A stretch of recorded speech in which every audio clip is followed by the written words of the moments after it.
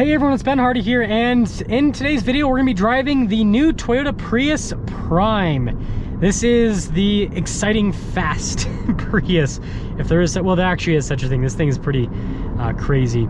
So first off, I want to talk about the comfort of the car, some of the gadgets and gizmos, I suppose, and then we'll kind of talk about how this drives. So when it comes to seat comfort, it's actually pretty good. I feel like I have a little bit of a biased take right now because I just got out of a Lexus just before this, the IS 500, and that obviously had those really nice like leather seats, and so yeah, this isn't as comfortable as the Lexus, who would have thought, but still, I think they've done a good job when it comes to overall comfort. Ride quality is really good with the new Prius. The Prius obviously is all about daily driving, and from a comfort perspective, this would be a phenomenal daily driver. So they've done a fantastic job when it comes to comfort. Now, aside from that, when it comes to the infotainment system and stuff, this is Toyota's newer unit, and it responds really well. It's got the shortcut bar there on the side. Everything's easy to use, so I think they've done a good job with that. I like that we have physical buttons for the heated and ventilated seats and for the climate controls as well. The shifter, a little bit different than the old Prius shifter, but I think it still works really well. Got the cool drive mode select with a little switch, so we can go between the different drive modes. Right now we're actually in EV mode because we're in the eco mode.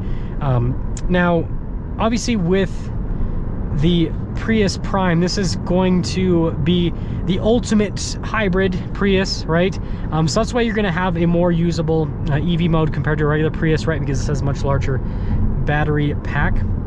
And I'd say, you know, driving at quicker speeds, this thing's it's pretty quiet. Like, this would be such a great vehicle to go on a road trip with, and you would basically be able to pass every single gas station with this thing. That's another thing that I feel like is really appealing with the Prius. Hypermiling, right? That's what everyone talks about with these cars.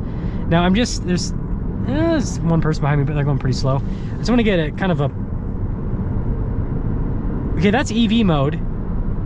That's pretty dang good for like just EV power. This thing's quick. That is crazy. So I'm going to pop it into, so it's now hybrid mode. So it now will use power from the engine as well. Honestly, it feels like a lot of the punch comes from the electric side of things. There is extra punch from the engine. And I mean, for a Prius, man, this thing's got some passing power. That's impressive.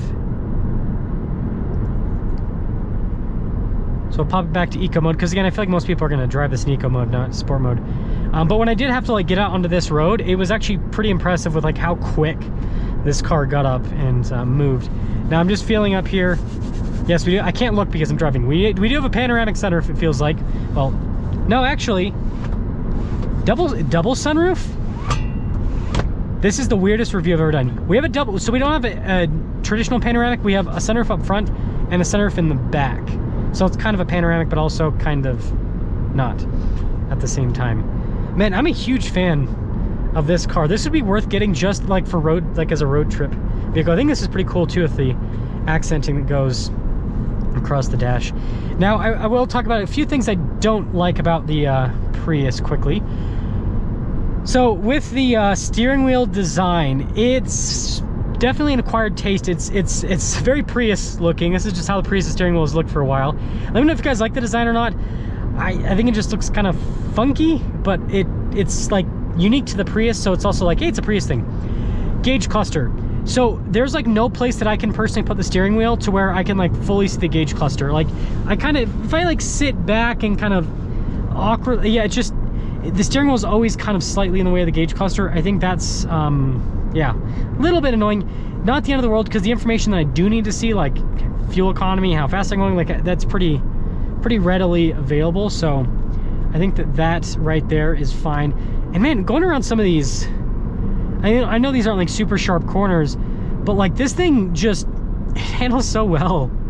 Man, Priuses are kind of underrated. It's obviously not meant to be a performance car, but this thing's kind of underrated with like how performance-y it drives. Like, it's, and you guys will see up here because we have a stop coming up. Like right off the bat, it's just boom, it's fast, and then it handles really well too. It's pretty impressive with everything that it is doing. Oh, also, let's see some other features while we're waiting for the stop sign here. Memory seats, blind spot monitoring, heated steering wheel. I mean, this thing's loaded up. This has all of the stuff that you'd want when it comes to features. And I guess this will be the cap off of the video. You guys will be able to see like a more standstill type acceleration. Yeah, look at this. Woo, buddy. Traction control light coming on. Yeah, this thing moves. Again, yes, it's a Prius, but it moves. So let me know what you guys think about the Prius Prime. I still think just with the expense of plug-in hybrids from an MSRP perspective, I think the traditional hybrid Prius is still the route to go for most people. That's super powerful. This is faster. It doesn't feel that much faster though, to be honest, just being honest. But yeah, I obviously, you know, having the ability to plug in everything, that's very appealing. But I think that, yeah, the traditional hybrid, you know, I think that's the route to go. Let me know which one you'd choose though, traditional hybrid or this Prime version. I still think this Prime's pretty cool. And let me know what you think about the overall Prius. I have never been a Prius person, but with how this new Prius looks, with the interior, with the features, with how this is set up, this makes the Prius, in my opinion, like so much more desirable. And like, I don't feel offended being like seen in this car. Like the old generation Prius, it'd be like, please don't look at me. But like this, I got no problem with people looking at me. Like, yes, it's a Prius, but it's a cool looking Prius. Hey everyone, it's Ben Hardy here, and we are in the Lexus IS 500. And if you guys follow the channel, you know that I'm actually a huge fan of this car. I've already had a chance to review one of these 23s, but this review, in my opinion, is a lot more important because I'm actually able to drive through these twisty mountain roads, so I can feel all of the suspension tuning and everything that Lexus put into this IS 500, whereas, you know, the other reviews was more about the engine and hearing, you know, how crazy it sounds, and then obviously the acceleration as well. Now, something that I want to first talk about with the IS 500 is just how daily drivable this car is. So I actually am just coming off of an LC 500 demo that I had for the week, which different transmission, but same 5-liter V8, and that car is extremely daily drivable. I feel like this car is slightly more daily drivable for a few reasons. Obviously 4 doors, and you know, you've got back seats, right? The LC does have back seats too, but these back seats are way more usable. Like, you can comfortably fit people back there, whereas the LC, they're kind of more just like the Porsche 911 storage space. So there's that part of it. And then, you know, the seats in the LC are extremely comfortable,